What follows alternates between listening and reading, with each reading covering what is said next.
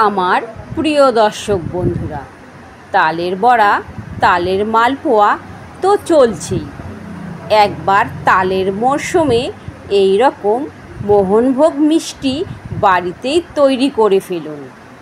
Chemical ছাড়াই ঘরোয়া পদ্ধতিতে একবার যাকেই বানিয়ে খাওয়াবেন সে চেয়ে চেয়ে খাবে, এতটাই ভালো হয় খেতে।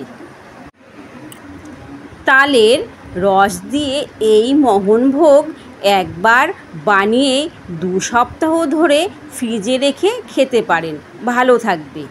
নমস্কার বন্ধুরা, আপনারা এখন দেখছেন মিটু কিচেন। আর আজকের পর্ব দেখার জন্য সবাইকে স্বাগত জানাই। আজকের রেসিপি তালের মোহনভোগ মিষ্টি। তার জন্য লাগবে ছানা। আমি দুধ ফাটিয়ে বাড়িতেই ছানা তৈরি করে নিয়েছি। আপনারা চাইলে দোকানের কেনা ছানাও ব্যবহার করতে পারেন। এবারে জল থেকে ছানা তুলে জল ঝরতে দেব। পাশেই এবারে তাল থেকে রস বের করে নেব। তালের রসটা অবশ্যই ছেঁকে নেবেন। এখন তালের রসটা একটু জাল দিয়ে নিতে হবে।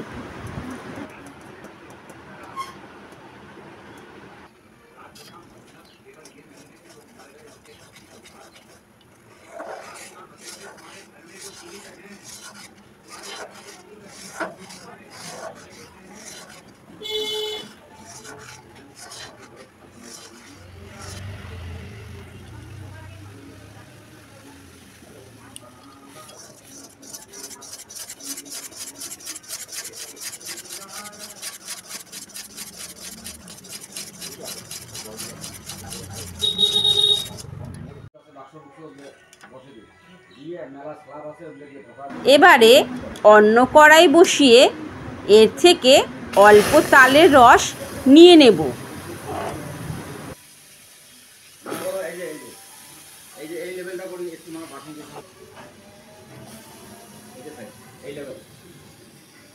এবারে এর মধ্যে দেব চিনি।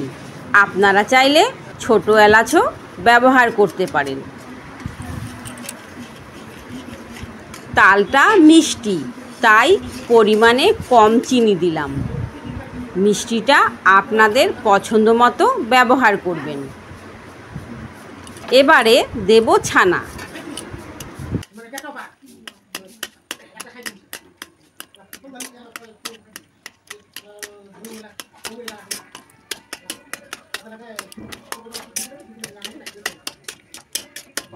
ভালো করে মিশিয়ে নিতে হবে।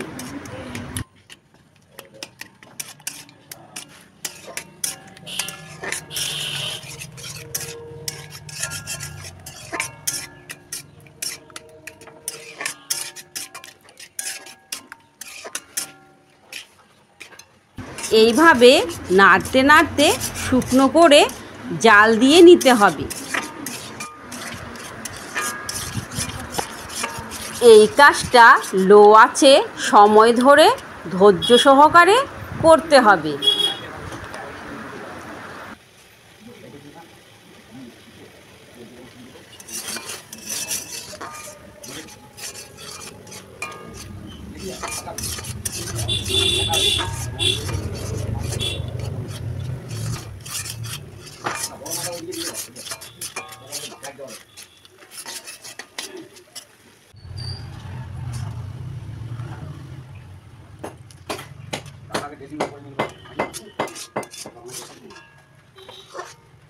শুকনো করে নামালে বেশি দিন ঘরে স্টোর করে রাখা যেতে পারে। একদম মাখো মাখো শুকনো হয়ে গেলে থালায় তুলে নিতে হবে।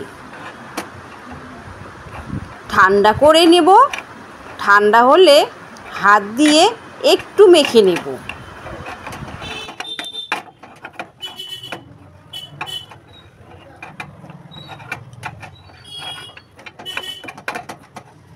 এবারে হাতের সাহায্যে এইভাবে অল্প অল্প করে নিয়ে বল তৈরি করে নিতে হবে।